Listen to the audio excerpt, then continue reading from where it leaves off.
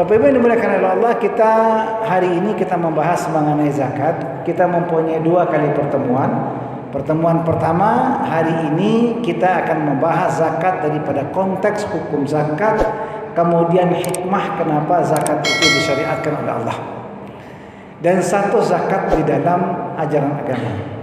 Minggu depan insya Allah kita akan berbicara tentang siapa saja yang diwajibkan zakat, jenis zakat, siapa yang menerima zakat, di antara zakat profesional dan lain sebagainya. Yang ini akan kita bahas pada minggu yang akan datang.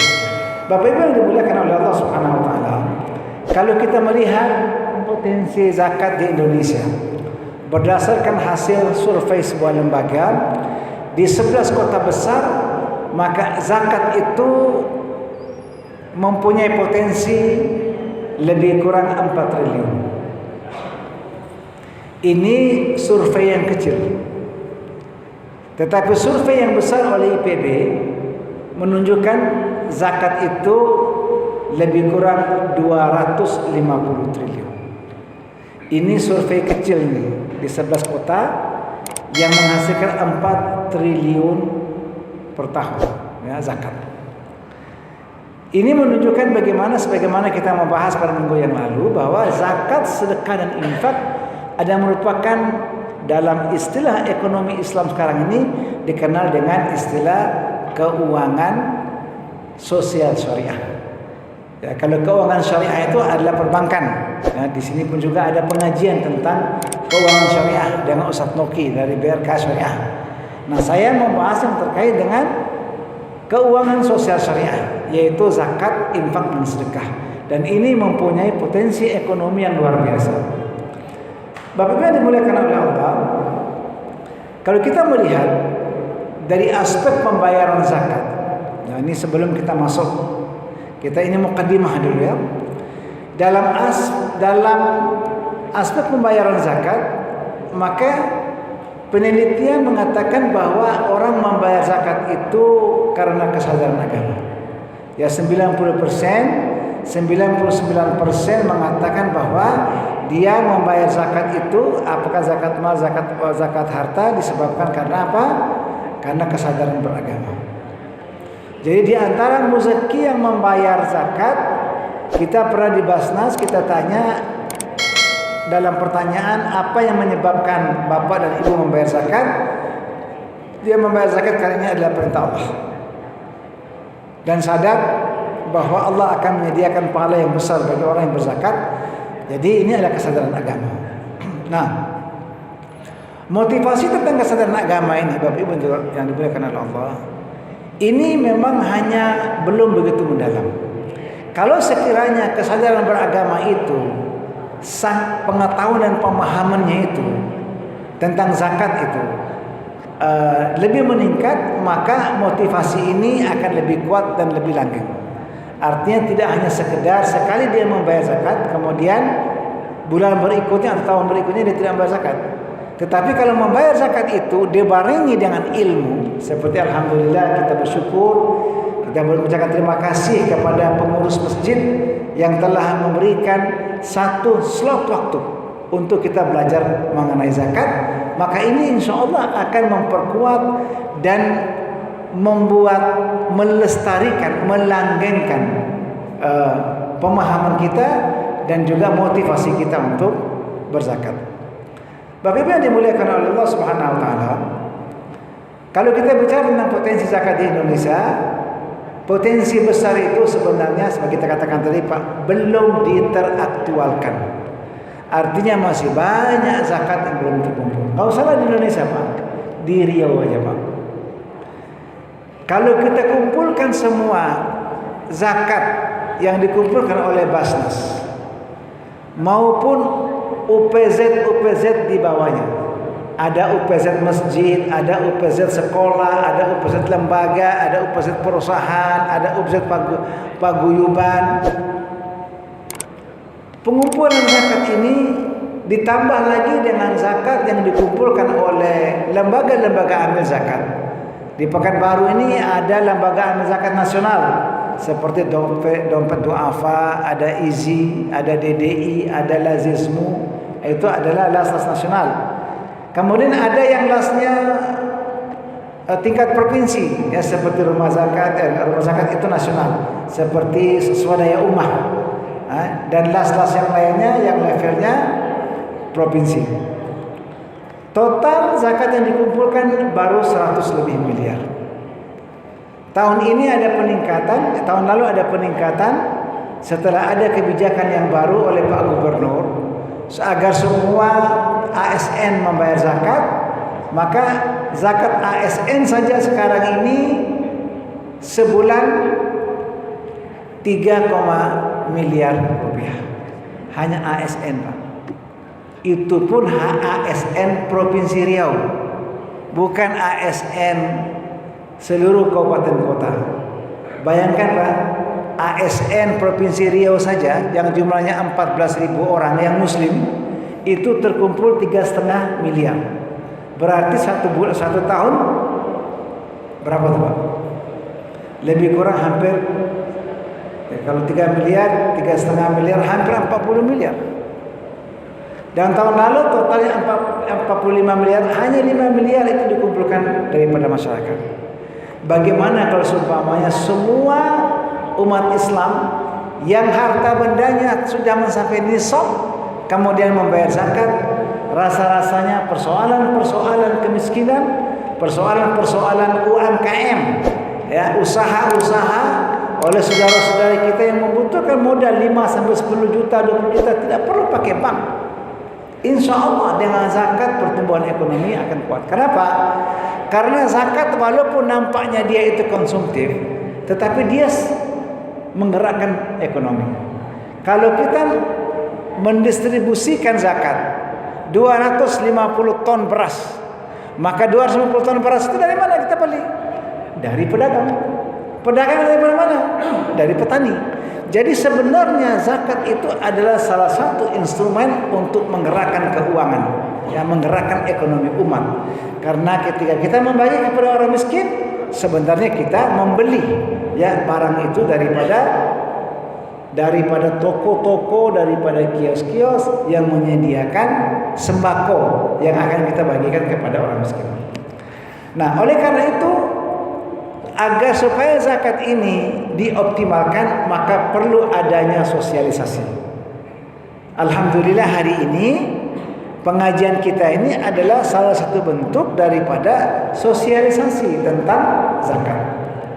Yang kedua, zakat ini akan lebih bagus diurus, maka zakat itu harus diurus oleh lembaga, oleh amil. Maka para ulama mengatakan bahwa zakat itu harus dibayar ke amil zakat. Bahkan ulama yang lain mengatakan tidak sah membayar zakat langsung kepada mustahik. Kenapa? Karena Allah Subhanahu wa taala telah menyebutkan profesi amil itu dalam Al-Quran.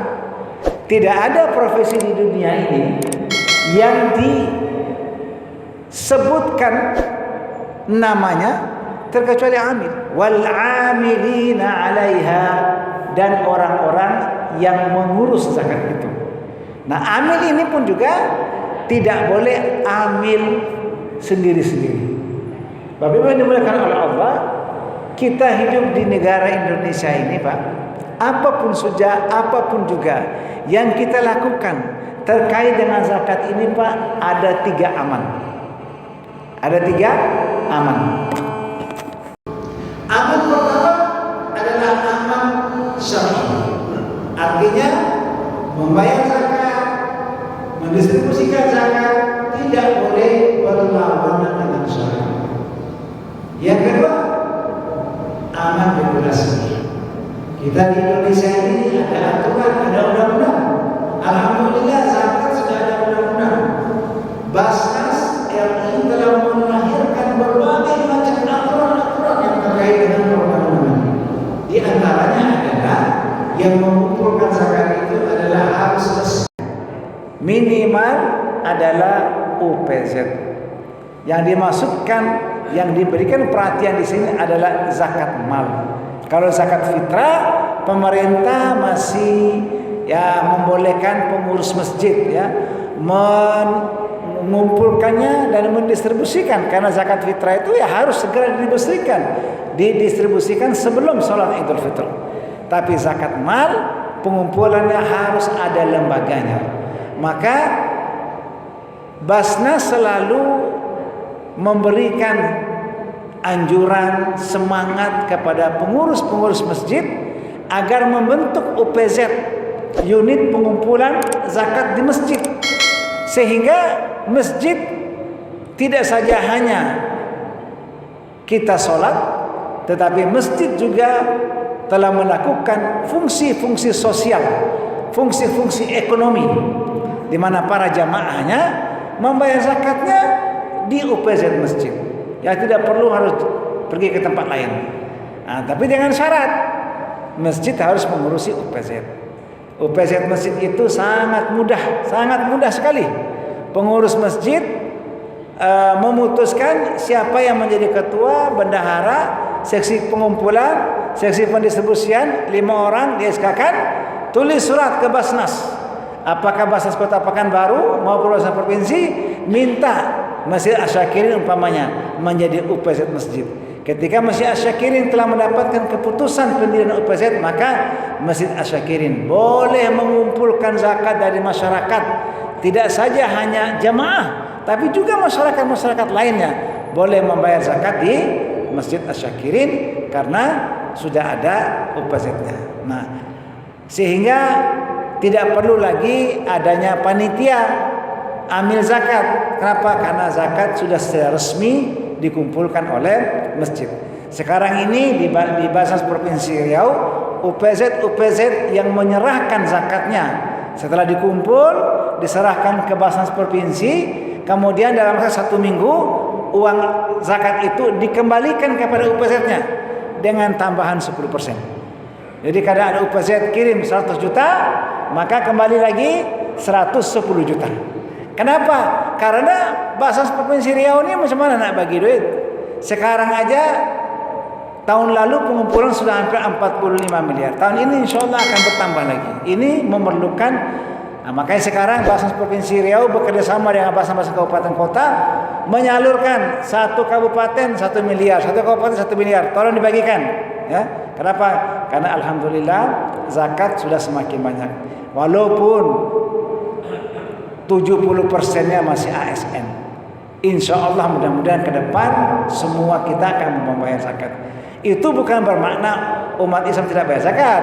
Bayar, hanya tidak kepada lembaga yang resmi, sehingga tidak bisa dicatat dan tidak bisa dibagi dan distribusikan secara baik. Yang ketiga, pendayagunaan. Zakat ini akan bermanfaat jika pendistribusiannya itu dilakukan dengan cara yang baik. Pendayagunaan, ya, artinya zakat tidak saja hanya menyelesaikan persoalan-persoalan orang miskin yang tidak bisa makan, atau apalagi orang fakir. Orang fakir ini sekarang ini istilahnya miskin ekstrem. Ya, pemerintah sekarang sedang menyelesaikan persoalan yang namanya miskin ekstrem. Itulah dia fakir. Orang yang tidak punya apa-apa. Kalau orang miskin masih oke lah, dia ada sedikit, tapi tak cukup. Oleh karena itu perlu dibantu. Nah, begitu pun juga orang miskin ini, Pak, tidak boleh hanya dia miskin terus. Ada orang miskin yang sanggup untuk menjual bakso. Buatkanlah, kasih dia modal, kasih dia gerobak supaya dia bisa jual bakso. Ada orang miskin yang bisa berdagang di pasar, kasih dia modal, kasih 5 juta, kasih 10 juta supaya dia bisa berdagang, agar dia tidak lagi pinjam dari tengkulak. Dari sekarang ini orang kata koperasi berjalan katanya. Setiap pasar itu pasti ada. Itu rentenir. Nah, caranya demikian. Maka kalau sekiranya zakat itu, Pak, dibagikan, didistribusikan, didayagunakan dengan baik, maka insya Allah persoalan-persoalan kemiskinan ini, baik yang ekstrem maupun yang ekstrim, ya, baik yang ekstrim maupun yang tidak ekstrim, ini bisa diselesaikan insya Allah. Oleh karena itu, zakat, kesimpulannya, zakat itu adalah untuk kesejahteraan dan untuk pengembangan dunia usaha, untuk usahanya orang-orang du'afa. Bukan dunia usaha orang yang sanggup, tidak. Ini dunia usaha untuk orang-orang yang du'afa agar kita angkat dia tahun ini dia menjadi mustahik, orang yang menerima zakat, insya Allah tahun depan dia akan menjadi seorang yang muzakki. Andainya dia tidak menjadi muzakki, minimal dia sudah bisa berinfak. Bagaimana dilakukan oleh Allah Subhanahu wa taala? Kalau kita melihat di dalam Al-Qur'an, maka zakat itu mempunyai makna bermacam-macam. Ada maknanya suci. Zakat itu mensucikan. Ada maknanya tumbuh kembang. Zakat itu mengembangkan. Nah, ini bayangkan Pak, kita keluar duit, tapi sebenarnya dia bukan kurang, dia mengembangkan.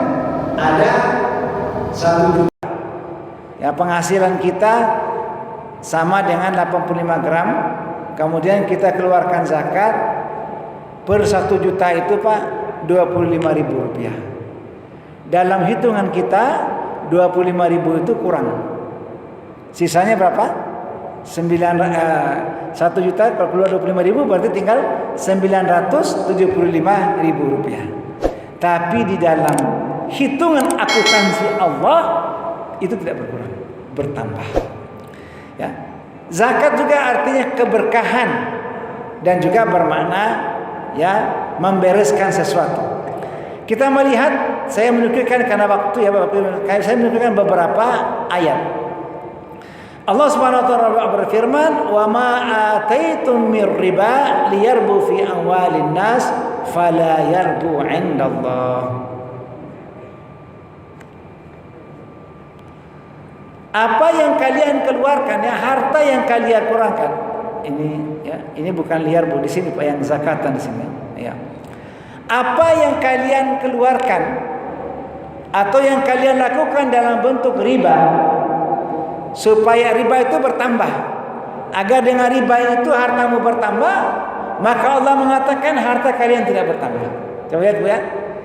Kalau orang utang ke orang 1 juta, sebulan kemudian bayarnya 1.100.000 rupiah. 1.100.000 rupiah. Maka 100.000 itu bertambah. Ya betul kan bertambah kan? Tapi Allah mengatakan itu tidak. Fala yarbu indallah, tidak bertambah. Wa ma ataitum min zakatin, sedangkan apa yang kamu keluarkan daripada zakat, turiduna wajah Allah, yang kamu inginkan pahala balasan daripada Allah Subhanahu wa taala, ridhonya Allah, faulaika humul mudhaifun. Inilah sebenarnya orang yang melipat gandakan harta dan pahala. Ini Pak logika Al-Qur'an. Logika kita terbalik. Logika kita riba itu pasti bertambah karena dia memang nampak angkanya bertambah. Tapi Allah katakan no, tidak. Zakat logika mengatakan dia berkurang. 1 juta kurang 25.000 kan berkurang. Allah mengatakan tak. Inilah orang yang sebenarnya yang menumbuh kembangkan harta dia. Bapak Ibu yang dimuliakan oleh Allah, jamaah kaum muslimin Masjid Asy-Syakirin yang dimuliakan oleh Allah. Kita lihat di dalam surat At-Taubah. Allah berfirman, "Khudh min amwalihim shadaqah tutahhiruhum wa tuzakkihim." Wahai Muhammad, ambillah sebahagian daripada harta mereka, sebahagian saja Pak. Kalau zakat dagang, zakat penghasilan hanya 2,5%, sedikit saja. Untuk apa? Tutahhiruhum wa tuzakkihim, membersihkan dan mensucikan mereka.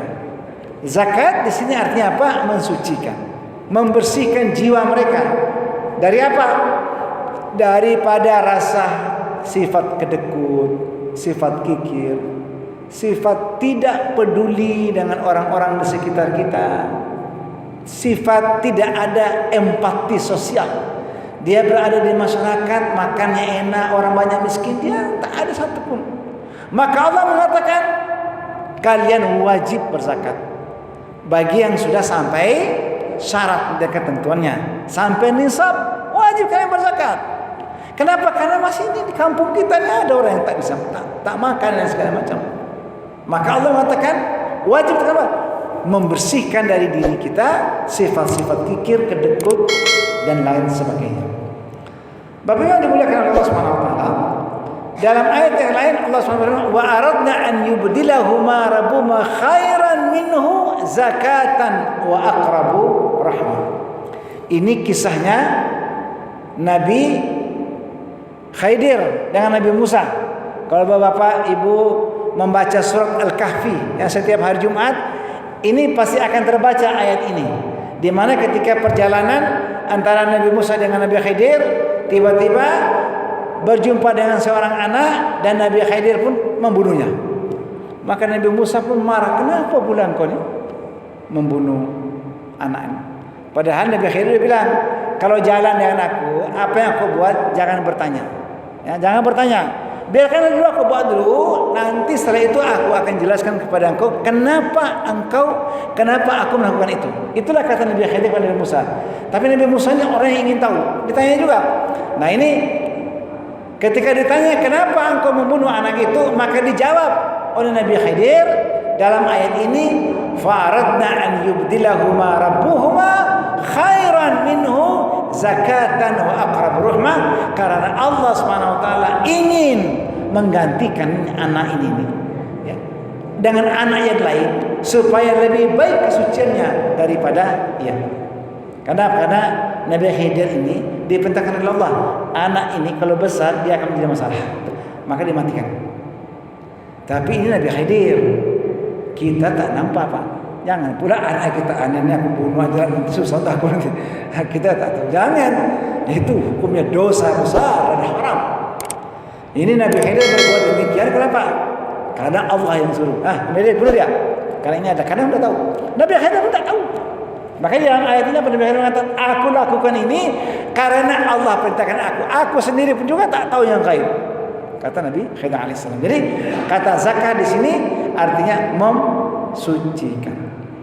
Bapak Ibu kalau Allah, zakat semua kita dah tahu dah, hukumnya adalah wajib. Maka di dalam Al-Quran wajibnya zakat itu Pak setara dengan wajibnya sholat. Dalam rukun Islam yang kelima ini Pak, hanya dua Pak yang kita bisa mengerjakan secara terus menerus. Hanya dua. Kalau syahadat itu jelas, karena itu syarat. Ya, syaratnya adalah syahadat. Haji sekali seumur hidup. Itu pun telah memenuhi syarat. Sekarang ini Pak haji tak cukup, sehat badan, banyak duit tak cukup Pak. Sekarang ada nggak nomor urut, sudah ada apa tidak Pak? Kalau tak ada nomor urut tak bisa pergi. Sekarang ini di Pekanbaru mungkin dah 18 tahun. Di beberapa daerah di Indonesia, di Sulawesi Selatan sudah 35 tahun. Nah ini untuk haji. Nah, puasa, alhamdulillah, seperti bulan ini hanya sebulan dalam setahun. Yang selalu kita kerjakan apa? Salat dan zakat. Ya, zakat setiap tahun. Bahkan kita disunahkan, bahkan kita dianjurkan agar penghasilan kita itu kita keluarkan zakat setiap bulan. Nanti hitungan 1 tahun, tapi kita keluarkan setiap bulan. Kenapa? Karena kebutuhan orang-orang miskin setiap bulan. Nah, zakat dengan sholat ini selalu datang beriringan, lebih kurang sekitar 37 kali atau mungkin lebih. Di antaranya Allah SWT berfirman dalam surah Al-Baqarah, wa aqimus shalah wa atuz zakat. Dirikan salat wajib, wa di sini adalah wawul ataf. Wawu yang kedudukannya hukum setelah itu sama dengan yang disebutkan pertama. Wa atuz zakat, dan bayarlah zakat. Kedudukan sama. Dan Allah Subhanahu wa taala menguatkan hati kita Pak Untuk zakat nih. Wa ma tuqaddimu li anfusikum min khairin tajiduhu indallah.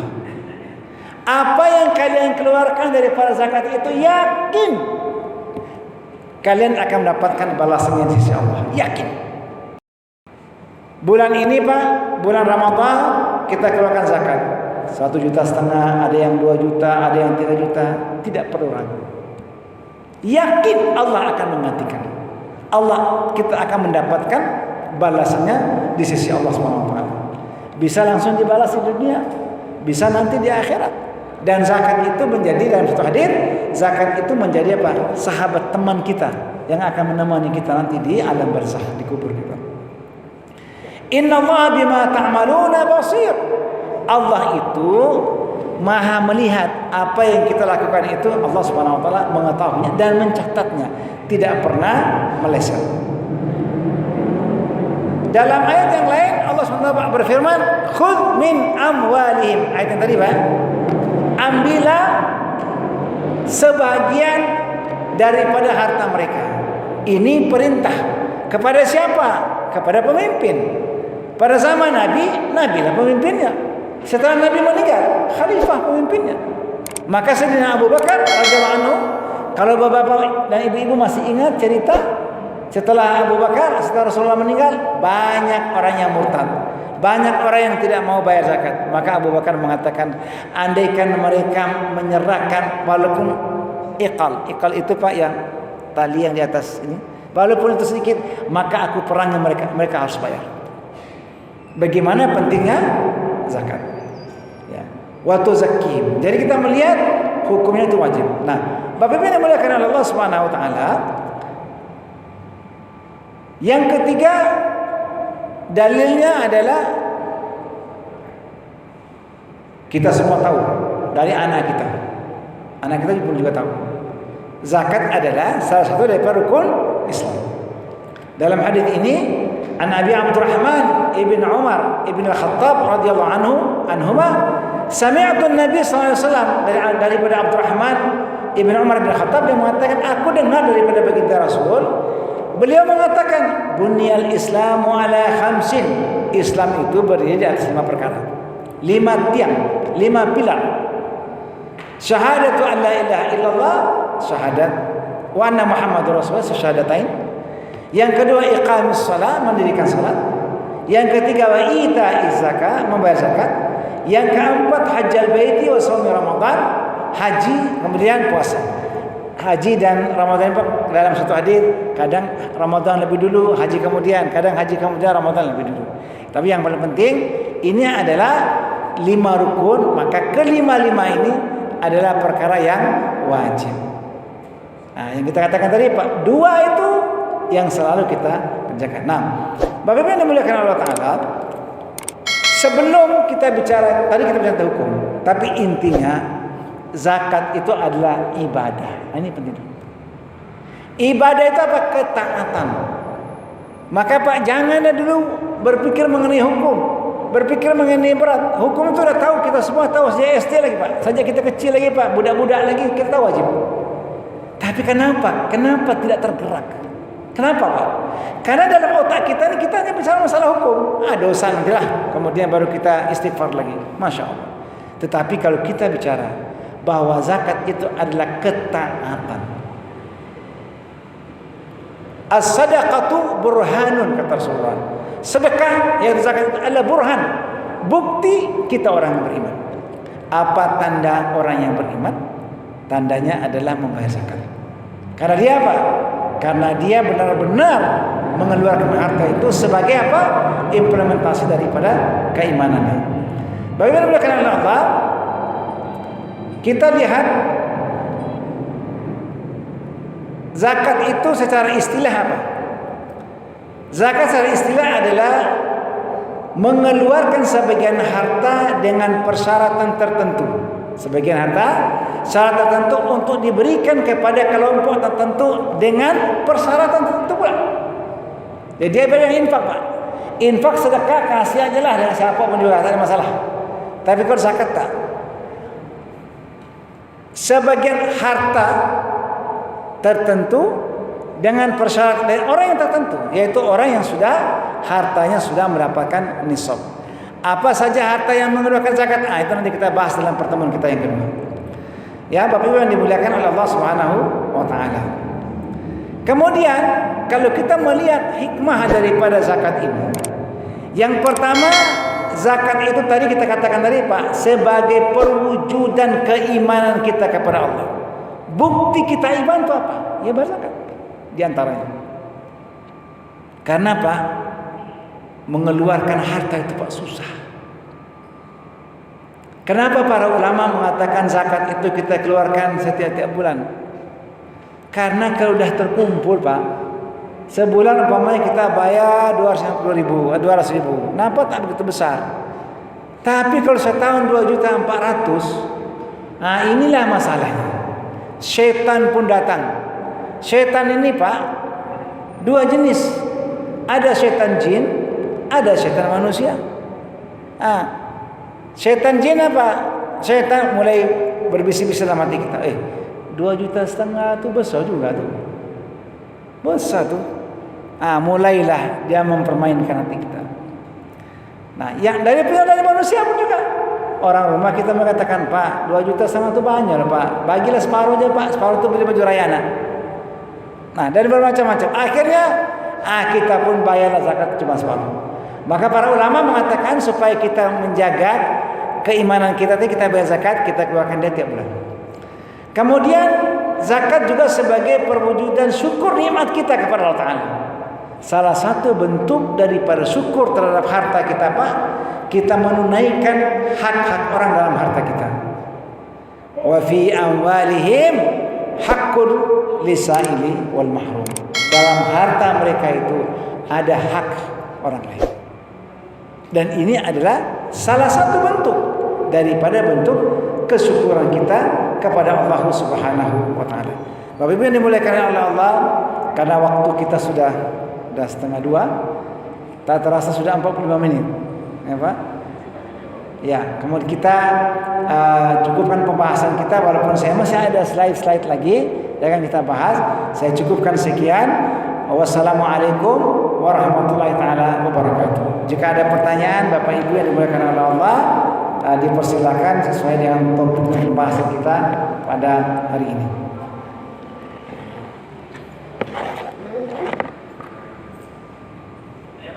Ya Pak. Apakah petugas UPZ dibolehkan mendatangi jemaah yang belum tidak bisa datang ke musola? Pertanyaan yang sangat luar biasa. Saya tunggu-tunggu pertanyaan itu Pak. Itu pertanyaan bagus, betul Pak. Apakah petugas UPZ pergi ke jamaah baik yang sholat maupun tak sholat di masjid? Ya, itulah Pak fungsinya Pak. Maka dia dikatakan amil. Kenapa dia dikatakan amil? Karena dia ya'mal, dia bekerja, bergerak. Kalau amil, kalau hanya orang nunggu aja di sini Pak, orang datang, itu tidak amil namanya. Tidak amil. Amil itu apa? Bergerak ya, menjemput zakat. Maka Rasulullah SAW Pak mengirim para sahabat untuk mengutip zakat ke kawasan-kawasan. Dipergi Pak, sampai ke Yaman Pak, bayangkan. Bayangkan Pak, Nabi Muhammad itu tinggalnya di Madinah. Madinah itu di Arab Saudi, di sebelah barat Al-Jazirah. Yaman itu di bagian selatan. Jauhnya Pak jaraknya. Rasulullah pergi ke sana, diutuskanlah Mu'adz bin Jabal untuk mengutip zakat yang ada di Yaman sana. Dipanggilnya. Rasulullah juga mengutus para amil zakat pergi ke kabilah-kabilah, dari kampung ke kampung turun mengutip zakat. Maka pekerjaan utama daripada amil itu sebenarnya tidak duduk diam di kantornya menerima zakat. Zakat itu sebenarnya Pak dijemput. Ya, jadi makanya layanan UPZ menerima zakat dan menjemput zakat. Dan bahkan Pak mengingatkan. Contoh, tahun ini ada Bapak Ahmad membayar zakat. Tahun lalu Pak, tahun ini kita ingatkan lagi, Pak, kami mengingatkan Bapak zakat Bapak. Kalau Bapak tidak sempat kami jemput. Nah, datang. Jadi Pak, memang menjemput zakat, mengambil zakat daripada muzaki, bahkan dari rumah ke rumah, itu adalah merupakan salah satu daripada tugas utamanya amil. Amil itu adalah Pak, bergerak. Dialah yang kemana-mana untuk memungut zakat. Demikian Pak. Ya. Yang maksud tadi kan itu zakat harta. Iya, Jakarta. Nah, kalau zakat fitrah bagaimana? Apakah dijemput atau datang sendiri? Ya, betul. Zakat fitrah gimana Pak? Zakat fitrah itu kan hukumnya wajib. Dan kita Pak, zakat fitrah itu kan bagaimana kita berdakwah. Sekali lagi Pak ya, zakat itu Pak, rukun ajaran agama yang perlu didakwahkan. Kita Pak, mungkin ada saudara kita, mungkin mereka lupa, mungkin mereka tidak tahu. Kita datang. Kalau dulu Pak, saya masih ingat Pak, masih kecil dulu Pak, tidak semua orang tuh Pak datang ke sini Pak untuk bayar zakat. Mungkin bayar zakat fitrah. Mungkin orang tua anaknya tak ada. Kita pergi Pak, kita ambil zakat dari rumahnya. Nah, tapi jangan pula Pak kalau dia badan sehat, kalau badan bagus dia sudah datang dia kemari. Karena tak mungkin lah. Masjid kita ini kan banyak betul penduduk, kalau suruh petugasnya pergi jemput zakat kan tak mungkin. Tapi mungkin ada satu dua, mungkin sakit, anaknya tak ada, orang lain tak. Mungkin dia titip di tetangga, tapi tetangganya itu Pak pergi pagi pulang petang pergi petang dia pun. Jadi dia boleh telepon kepada petugas, Pak, tolonglah jemput kami, jemputlah zakat fitrah. Atau umpamanya di sekolah ada penerimaan zakat fitrah di sekolah. Kemudian ditelepon petugas masjid, Pak, datanglah Pak, jemput Pak, kami ada 20-30 orang ini Pak, bayar zakat fitrah, kami tak bisa datang ke masjid. Gimana Bapak datang bisa jemput? Bisa. Jadi zakat fitrah itu kita menjemputnya ini adalah salah satu daripada dakwah kita. Karena mungkin saja orang terlupa dan orang tidak ada sanggup untuk datang ke sini. Tapi Pak, kita tentu saja Pak memberikan motivasi semangat. Maka zakat fitrah ini Pak diingatkan. Ya, diingatkan.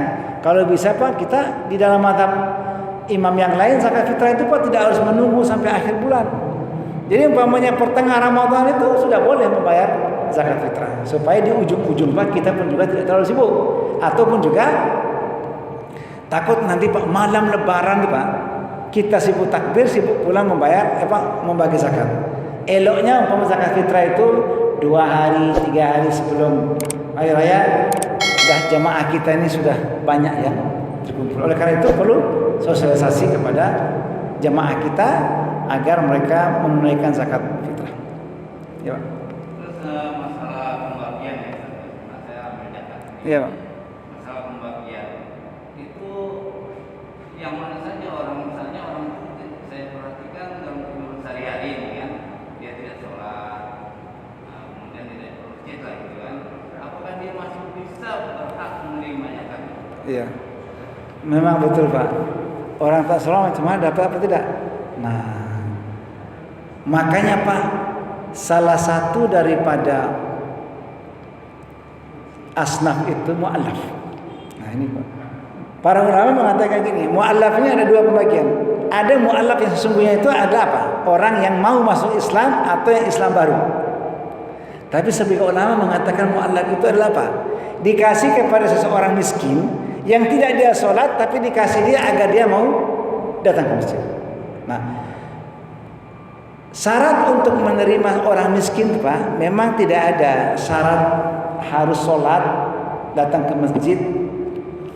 Inilah doa orang miskin yang baru menerima zakat.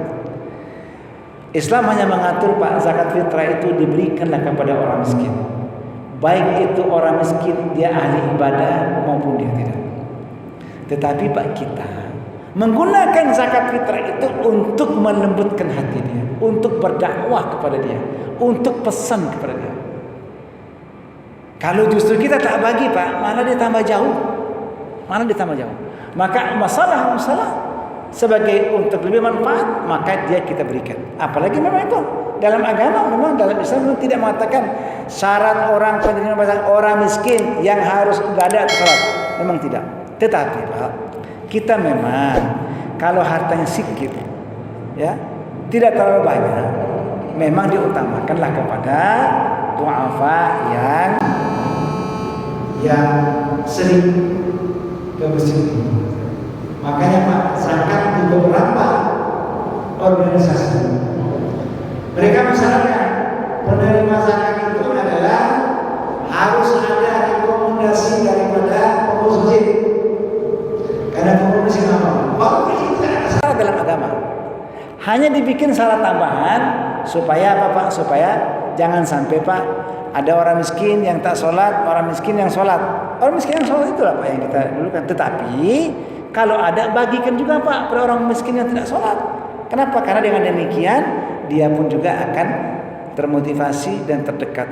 Jadi sebagian para ahli, para ulama mengatakan mu'allaf ini pun juga Pak, orang-orang Islam pun juga mu'allaf juga yang menerima zakat ya, yaitu orang miskin.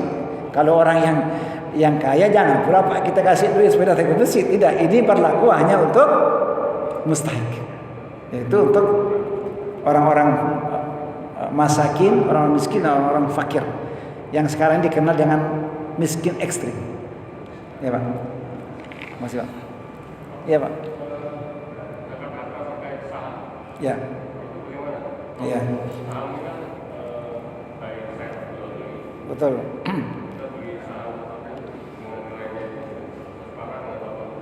Gram, ya.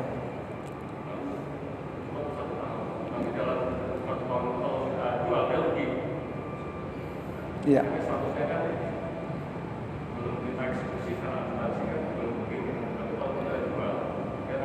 Iya. Oke. Keputusan Majelis Ulama Indonesia, saham adalah merupakan salah satu daripada objek zakat. Kenapa? Karena saham itu masuk dalam barang dagang, barang yang diperdagangkan. Walaupun dia dalam bentuk surat berharga dalam dia. Jadi kalau seumpamanya Pak, saham itu Pak ketika waktunya datang, kita menghitung dia dengan harganya. Dengan harga dia Pak. Saham kita ini setelah dikira-kira dulu tahun 6 bulan yang lalu belum haul nih Pak, ini menguntungkan. Tapi kemudian pas masa haulnya Pak, harga jatuh.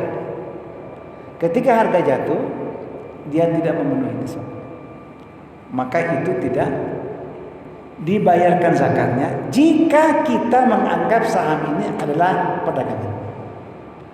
Tetapi kalau seumpamanya kita menganggap saham ini adalah keuntungan penghasilan, nah ini beda Pak, maka dia akan masuk di dalam zakat penghasilan dan dia digabungkan dengan penghasilan-penghasilan yang lain. Nah, tapi biasanya kalau ini adalah saham, dihitung-hitung Pak, waduh tak sampai 85 gram karena udah turun harganya. Nah itu enggak, karena sama seperti Pak barang dagangan. Barang dagangan gimana? Menghitung harga pada saat itu Pak. Pada saat itu bisa saja umpamanya kita beli dulu barang mahal mau jual, sekarang harganya jatuh. Bayar zakat tidak menghitung berdasarkan harga beli ketika kita beli pertama dulu. Kita hitung pada saat ketika haul datang. Bagaimana Bapak Ibu yang dimuliakan Allah? Kita cukup atau tambah? Cukup. Oke. Kalau pengurus masjid kata sudah cukup, kita cukup. Terima kasih kepada Bapak-bapak, alhamdulillah yang telah mendengarkan bersama-sama kita sampai berakhir dalam majelis ini.